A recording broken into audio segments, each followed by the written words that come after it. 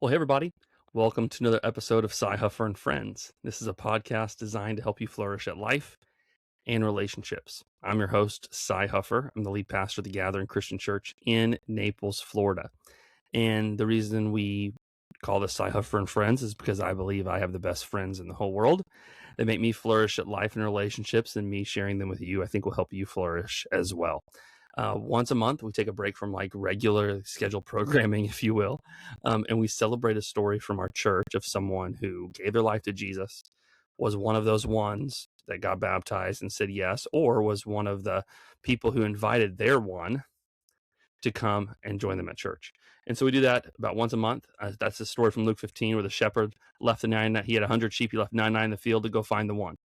And that's what our church is all about. It exists for the one. And so today, I'm super excited to have my friends, Al and Vicki Ruiz, here with us today. So Al, Vicki, tell everyone a little bit about your family, what you do for a living, and kind of where you grew up, a little bit about yourself. All right, you want to go first? So I used to be a teacher, but have long left that, and I have a small little Etsy shop that I do some laser engraving, and so that's what I do now. And you? And you. So I do excavation work and site work, and kind of manage a construction company and do a lot of the development here in Naples, a lot of the big communities.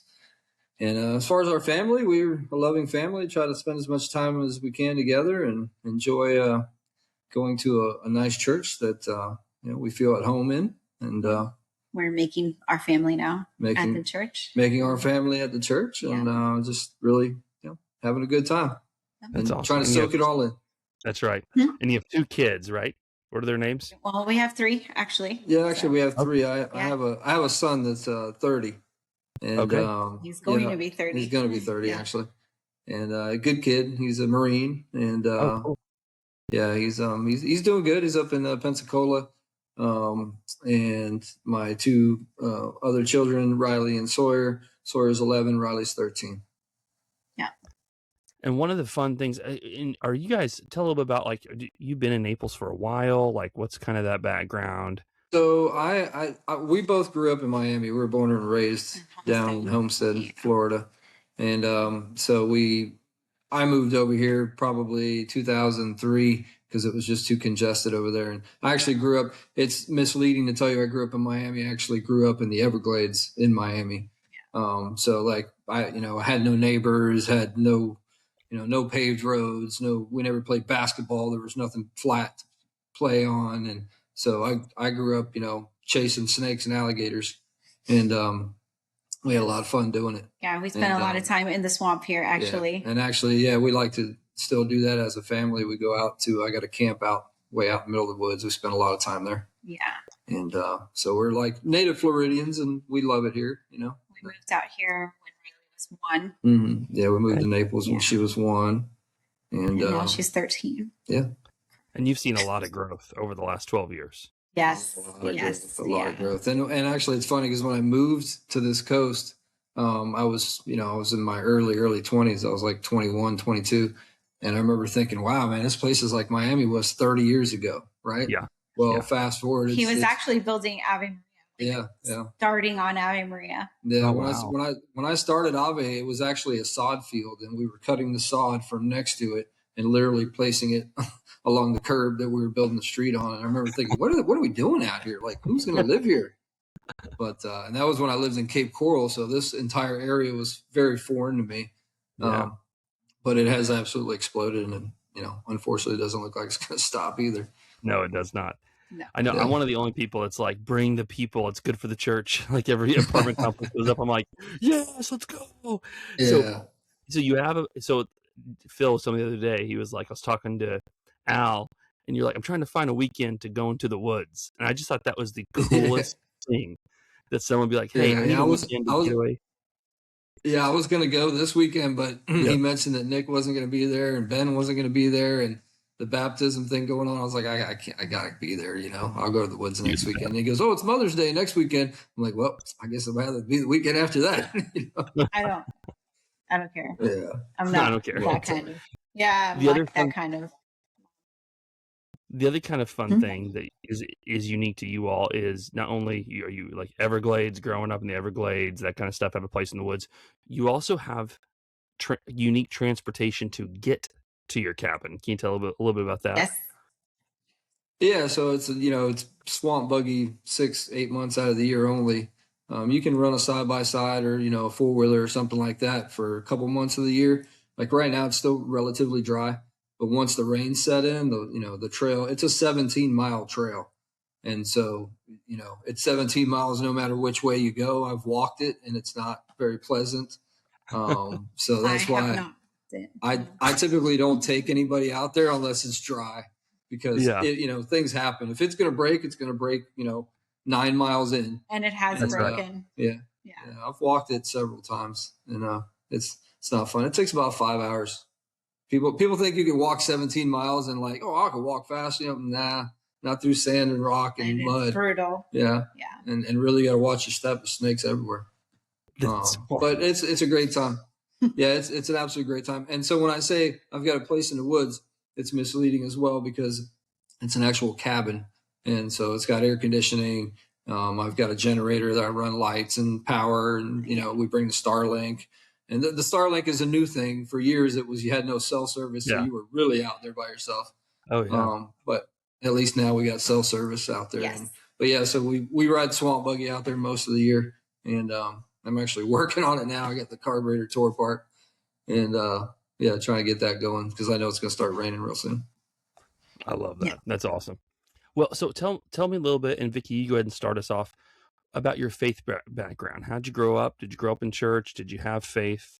I have always known that there was something else, that there was more, but my family, most of them, have always pushed me away. So it's been a hard one for me. I've always felt like that Ben Fuller song, like the black sheep kind of. And it's been a really hard road for me. So I've always pushed my way through. Even now, like I don't have a lot of support family wise in my faith, but I've tried to smile through it. I do have a lot of friends that are supportive. So it wasn't until high school where I found like a group of people, and I had my own car where I can go and go to a youth group. But it wasn't until I was older where I was like, I can make my own way. I still am pretty vocal about it with my family. And that's the way I try and make my way with them. So no is the answer to that question. I don't have a supportive family when it comes to faith. And didn't grow up in church, anything like that? No, and the one who was more faithful, my dad passed away when I was a senior in high school. So yeah. Yeah. What about you, Al? I was quite the opposite. I grew up in church, going to Catholic church with my mom, who drug us there no matter what. Rain, sleet, or snow, we were going to church on Sunday.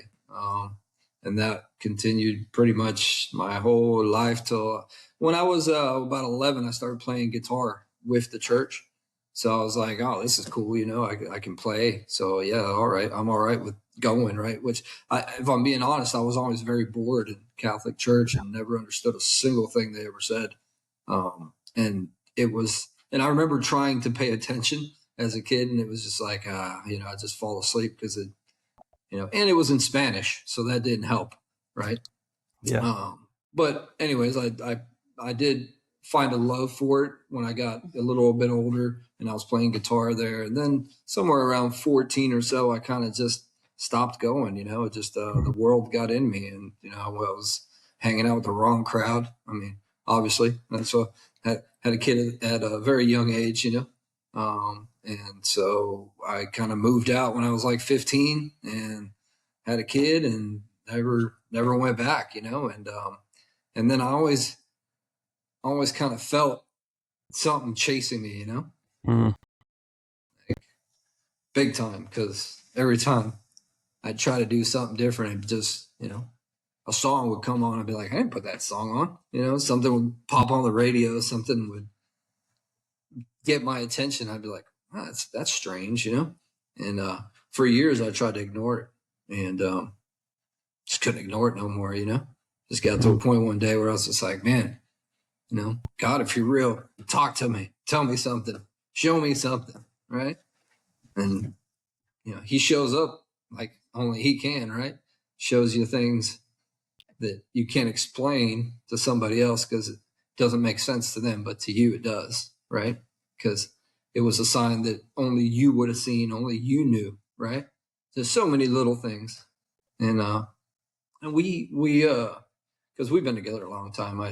I'd probably get it wrong, but I think we've been married, what, 15 It'll years? be 15 years this year. Yeah. So that was pretty close. We've been together 17 years.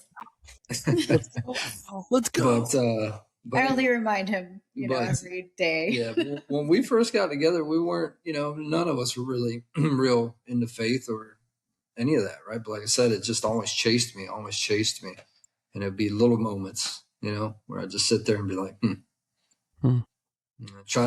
you wrestle with, I'm a logical thinker. I'm a mechanical guy, right? This part moves that part, makes this part move. And that's how things work. Well, you can't see how God works. So it's a difficult thing for a mechanical brain type person, right? Because I want to see how it works. But you have to just believe because it works. You can't deny that what we have here is just amazing, the way everything is so intertwined and intermingled is truly divine creation. And, but anyways, yeah, that's so good. Yeah, God chased me for many years. I could tell you a couple of times. I used to run equipment a lot back early in my career, and I'd get in the machine and it'd be playing Christian music. I'm like, okay, nobody runs this machine but me. Change the station after a little while. Or sometimes I'd leave it on and be like, oh, this is a pretty good song. Find myself a little teary-eyed, and I'd be like, change it. And now you're the one that puts it on and leaves it on. Now every piece of equipment I get in, we've got over 100 pieces in our fleet. And typically I get in one for 10 minutes, do something or whatever. I'm always changing the station. I put all the presets, the K-Love and the, Way FM and all the good ones. And so now it's pretty funny how that works. But that's so cool. But there did come a point where, we were like talking about it one day, and we had Riley, and Riley was really young. We're like, oh, we should probably find a church, right? What do you think of going to a church? And it just kind of started a conversation with us. And Riley's always had this just unbreakable faith as a little baby. Like when she was like, what was she, 2, 3? Yeah. She's like, why don't we gonna go to church? That was her voice. You nailed it. Yeah. It was so random. I was like, where did that come from? She's like, I don't know. I want to go to church. I'm like, yeah. And we did. We took her and we started going somewhere. Yeah. And then we did what we always do. We make excuses, right? Oh, that guy, he's driving a Beamer. Why is he driving a Beamer, right? And just little things, stupid things that, we're all humans. We all have flaws. Yeah. And when you understand that, and we church bounced and realized, and you said it the other day, people are always going to have flaws, but we need to look for the true reason and why are we here? And it's for God and for Jesus. And we have found a family with you guys. So.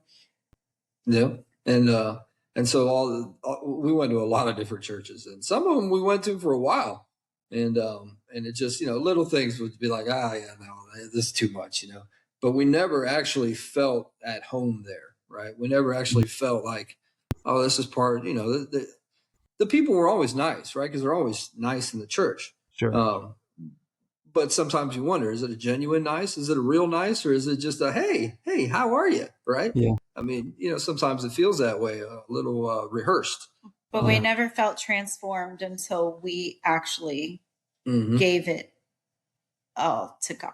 Yeah, no, that's true. I mean, and then when we went to your church, oh, go ahead. Sorry. No, you're fine. I want to back up like that because there is this cool, like what you said, Vicky, was like, there's this transformation that you're looking for.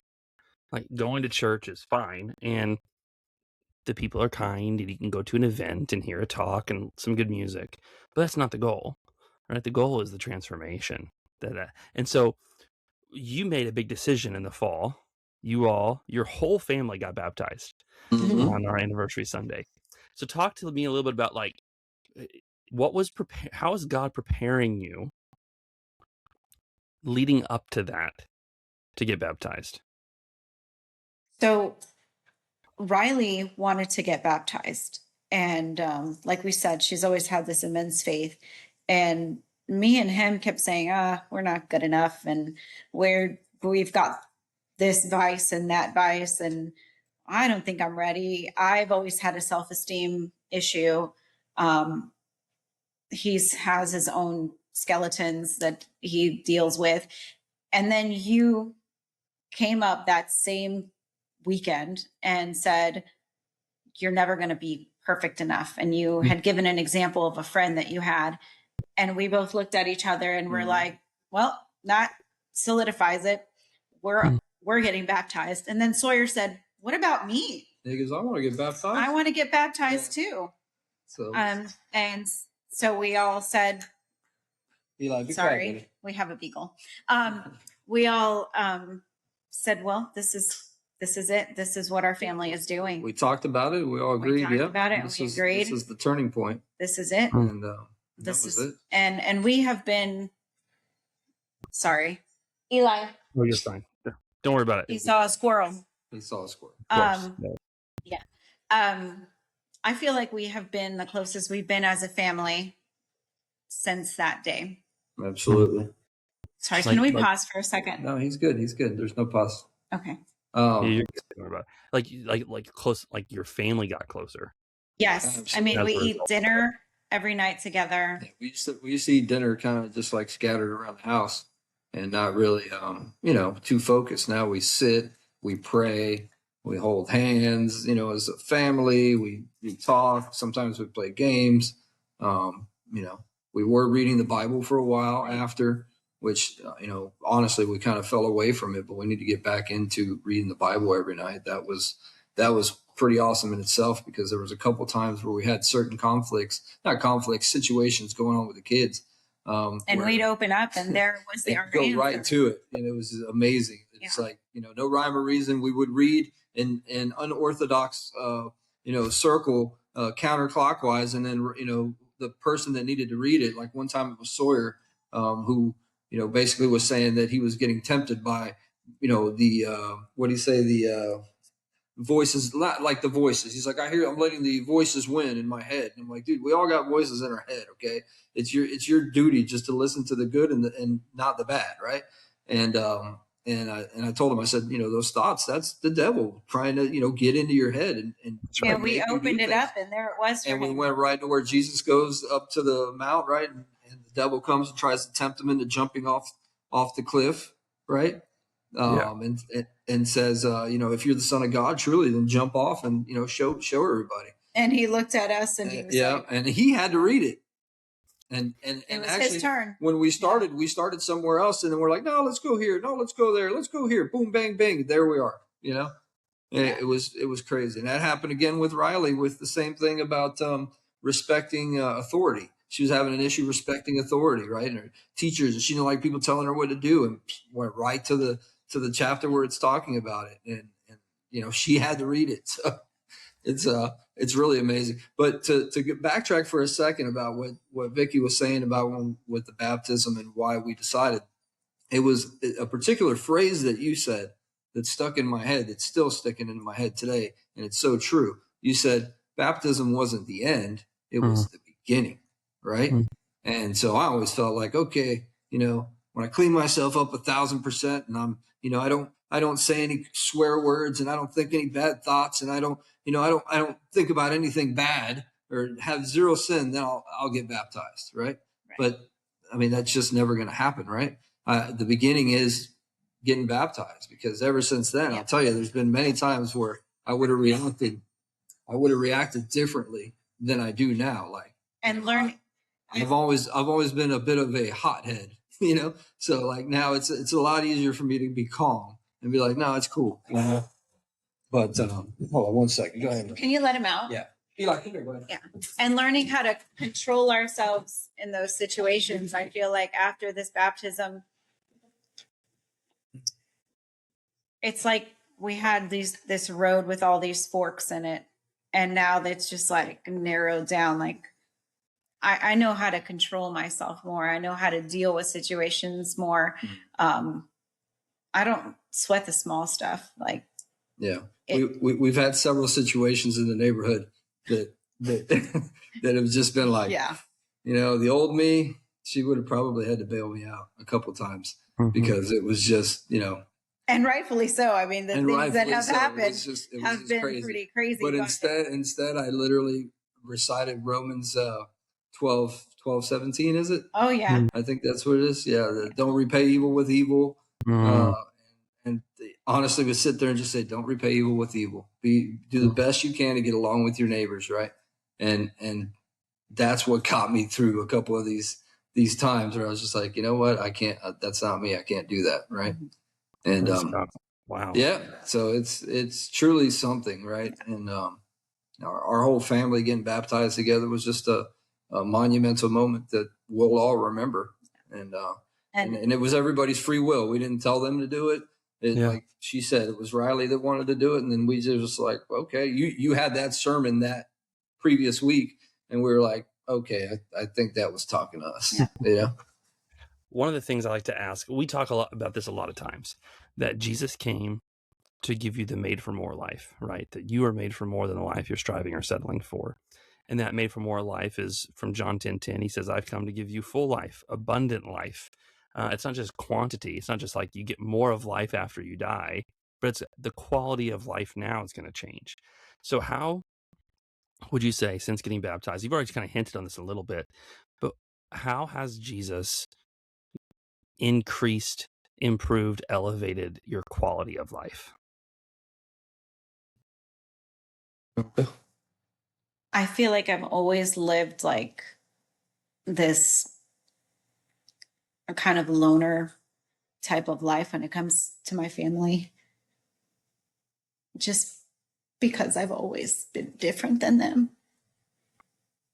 And I know they're supposed to love me, but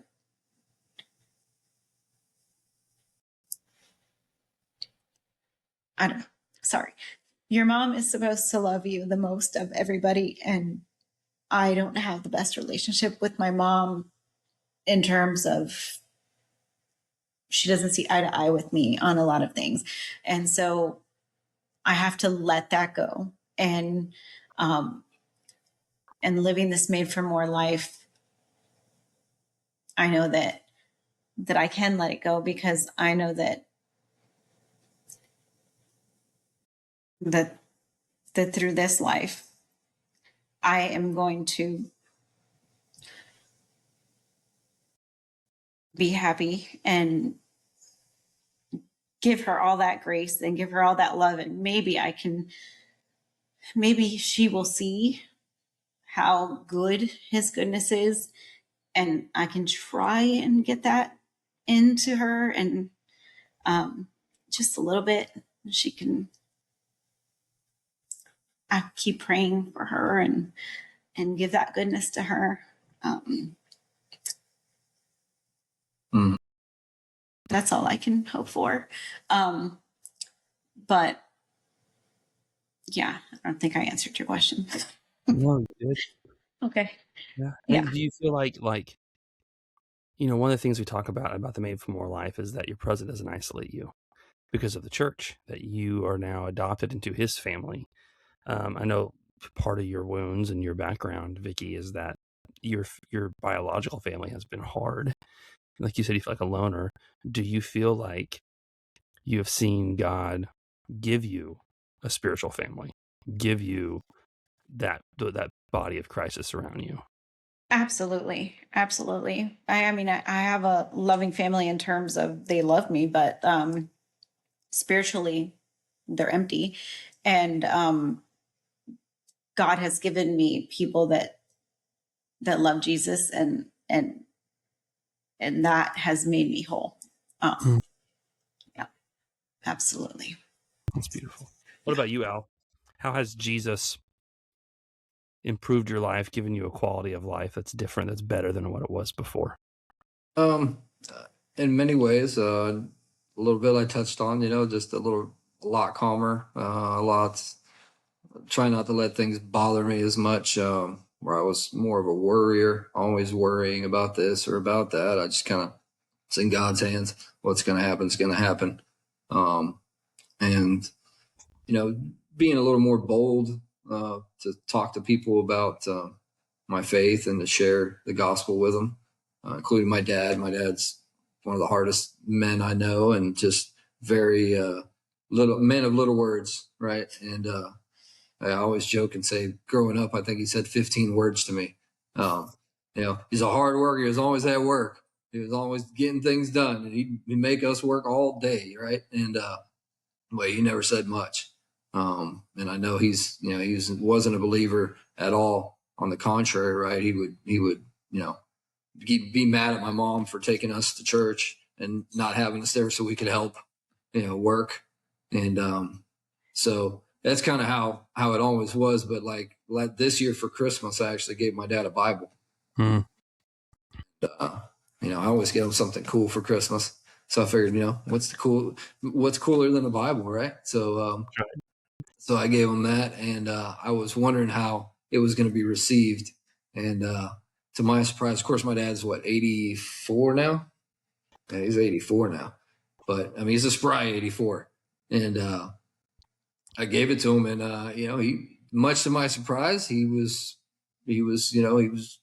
wasn't mad, and he was like, "Oh, give me a Bible," and he looked at me and kind of smiled, and he said, "I don't really." I said, "I know you don't," and I said, "But that book's changed my life. So if you read it, maybe it'll change yours." And so he thanked me, gave me a hug, and I don't know that he's read it or hasn't read it, but it's there, right? That's right. And I pray for him every morning too. All you can do is plant that seed. Yeah, that's it.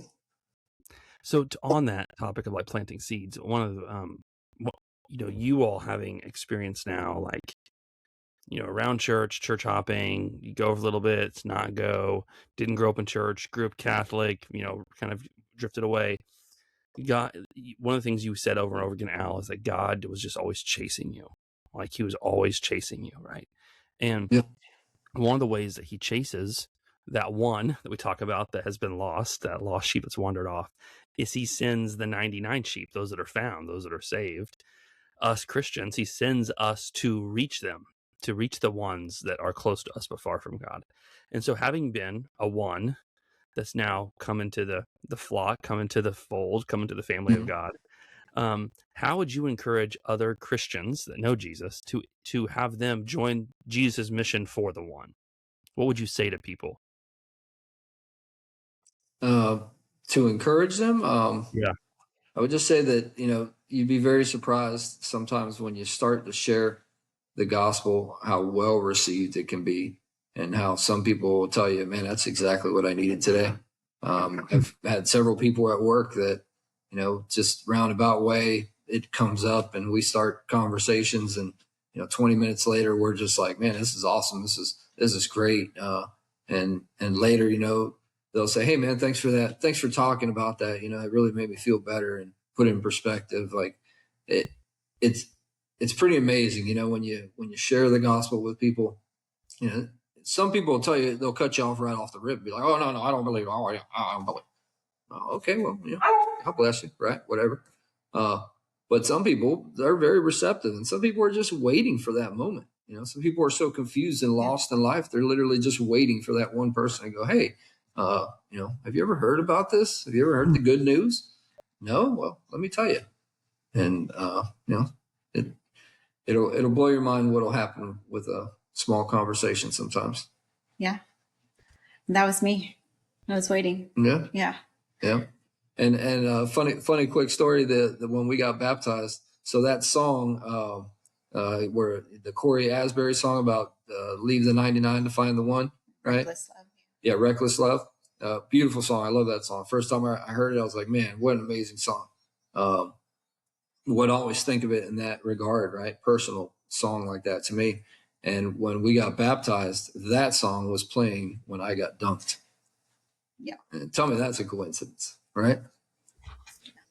And that's what I call a godsendence, right? Because it's incredible that of all the songs you could pick and all the timing and everything to work out, right when I got dunked, that chorus was ripping, and I was like, man, that's awesome, you know. And you said you don't call it a coincidence, you call it a God sense. A godsendence, yeah. Godsidence. Yeah. Yeah, that's it. That's pretty Because it happens all the time. I broke my leg once in an accident. and you heard that Toby Mac song. Yeah, and I actually this is crazy. I broke my leg really bad. When I say I broke my leg, it got wrapped up in a chain and mechanically severed. Right? On Riley's 3rd birthday. Yeah, on Riley's 3rd birthday. Yeah. On a 3-wheeler. And no more 3-wheelers. Yeah, I had to sell it. But anyways, yeah, that's another story. But so I was wrapped up with this thing around my leg and didn't know how the pressure was just immense. I can't even describe the feeling, right, of having a chain squeezing your leg in between a sprocket wrap. And actually, this was the turning point of our faith. It really was. Because this story, his experience from it and him telling me that experience changed how I felt about God. And this is 100% true. I was laying there trapped, stuck on the bike, basically leaned over, and I had a friend with me, but he was in complete shock. He just looked at me and didn't say a word. And in my head, this felt like hours went by, right? And this thing is just stuck on my leg. And I said, oh, God, help me, right? Well, when I said, oh, God, help me, I don't even know how I did it, but I flipped the bike upside down and my leg rolled out of the chain. And I looked down and I saw my tibia and fibia sticking out. And I was like, oh, I'm hurt, right? So I just laid down and I started praying. I said, Lord, please help me, right? I mean, some of the worst pain. I've broke almost every bone in my body at least once. And I could tell you that hurt the worst. And he went back to work a week later. Yeah, but that's it. But anyways, so I was sitting there and I was praying to God. And I kid you not, at that moment, he removed me from the situation. And when I say he removed me, I mean, I was looking at myself and I was like, and no pain at all. Literally, it was wind blowing on my face. And I remember thinking, how can I see myself? And then next thing you know, I was in the ambulance. And you heard that song. And I heard that song when I was looking at myself. I heard a Toby Mac song playing that I had never heard before. Okay. I'd never heard this song. Because we didn't listen to that music. And I didn't even know, I didn't listen to that music and I didn't even know who Toby Mac was. And I was hearing the song. Well, then I get in the ambulance and the lady's like, all right, we're going to start you up on morphine. And I said, no, don't give me morphine. And she goes, don't give me morphine. She goes, why not? I was like, I'm not in pain. She goes, you're not in pain? I said, I don't have any pain right now. And she goes, you're delirious. I said, no, I'm really not delirious. I don't have any pain. So please don't give me, don't give me any morphine. Right. So I rode to the hospital. It was a 10-mile ride. And got out. And like I said earlier, I saw my leg broke off. Okay. I saw it. Okay. I saw it. Saw my bones sticking out. Both of them. Went there and asked her. They took the x-ray and they put the x-ray in my room. And I said, that's not mine. And she goes, yeah, that's your x-ray. I was like, no, it's not. Because it was nothing there. Right. And I was like, that's not my x-ray. She goes, no, it is. I said, there's no way it only broke in one spot. The x-ray only showed it broken. Both bones were broke, but only in one spot. And they had basically bent and broke. So it was like a pressure break. So it looked like this, like a C, right? And I go, there's no way that went around an 8-inch diameter because my leg wrapped all the way around. Stop. And, this is the crazy part. Okay. So I said, I even told the nurse, I said, that's not my x-ray. She goes, no, that's your x-ray. I pulled the thing and looked, and my leg, it was a closed break. Remember? But I swear to you, I saw an open break. Oh my God.